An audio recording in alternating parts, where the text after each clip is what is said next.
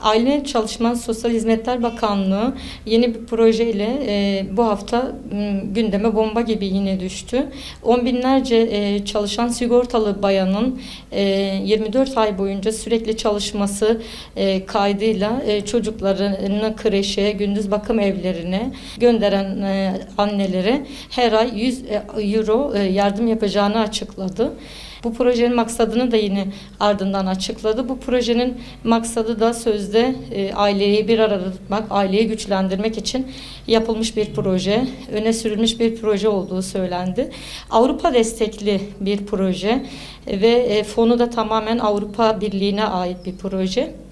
Şimdi bu projenin aslına baktığımız zaman aslında anneleri evden koparıp özellikle çocukların 0-60 ay dediğimiz döneminde anneye en çok ihtiyaç olduğu, aileye en ihtiyaç olduğu dönemde annesinden uzaklaştırmak olduğu göz önünde. Ve bu dönemde normalde çalışan anneler izin sürelerini kullanmakta ve vakitlerini çocuklarıyla geçirmekte. Ama Sosyal Hizmetler Bakanlığı bunu kabul etmiyor. Ve bu dönemde de kadını çalışmaya teşvik ediyor. Çalıştığı takdirde kreş yardımı yapacağını yine ona açıklıyor. Süslü kılıflarla bu tür projeleri kadınların önüne sürüyor. Şimdi burada düşündüren bir nokta var ki büyük çoğunluğu Müslüman olan bir ülke ve Avrupa Birliği'nin bu şekilde bir fon ayırıp 165 milyona yakın bir meblağ ile bu projeyi destekleyeceğini açıklıyor.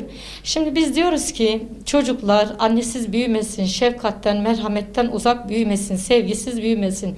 Özellikle kişiliğin oluştuğu, ahlaki bazı özelliklerin alındığı bir dönem ve bu dönemde çocuk annesiz büyüyor.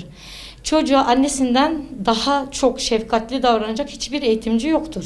Sevgiyi en güzel anne verir. Sevgiden uzak büyüyen nesiller etrafına, topluma ne kadar sevgi verebilir ki? Ve tamamen aileyi birbirinden koparma, aileyi parçalama adına atılmış bir projedir. Öne sürülmüş bir projedir. Biz biliyoruz ki sağlıklı toplumlar sağlıklı ailelerden çıkar. Sağlıklı toplumların ve ailelerin olabilmesi için annelerin anneliğini lütfen onlardan almayın. Bırakın anneler anneliklerini evde yapsınlar. Madem aileyi bir arada tutmak istiyorsunuz Sayın Bakanım, size düşen evde çocuklarını yetiştiren annelere bu şekilde bir destek verip aile birliğini ev ortamında sağlamanızdır. Aile Çalışma ve Sosyal Politikalar Bakanlığı'nın Avrupa Birliği delegasyonu ile beraber hazırladığı karara göre 0-60 ay aralığındaki çocukların gündüz bakım evi, kreş ya da anaokuluna gönderen çalışan sigortalı annelere her ay 24 ay boyunca 650 TL civarında bir mali destek yapılacağı kararı açıklandı. Alınan bu karar tüm yönleriyle İslam'ın en temel birimi olan ailenin en önemli ferdi anneyi yozlaştırma çabasıdır. Yüce Rabbimizin yeryüzünde tesis ettiği ilk müessese olan aile ve bunun en önemli ferdi olan anne, ilk görevi kendi ailesinin ve çocuklarının mürebbisi, muallimi ve muhafızı olmaktır.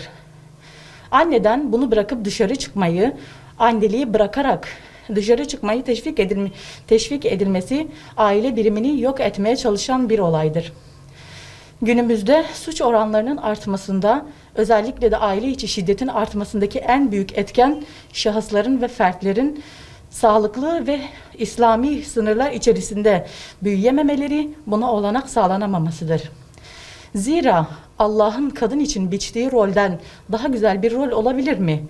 Günümüzde İslam alimlerinin üzerinde çoğunlukla durduğu en önemli husus şudur: çocuğun, özellikle de 5 yaşına kadar gelen çocukların en büyük ihtiyacı şudur: koşulsuz, menfaatsiz ve şartsız bir sevgi, fedakarlık, takdir edilme duygusu ve onaylanmaktır.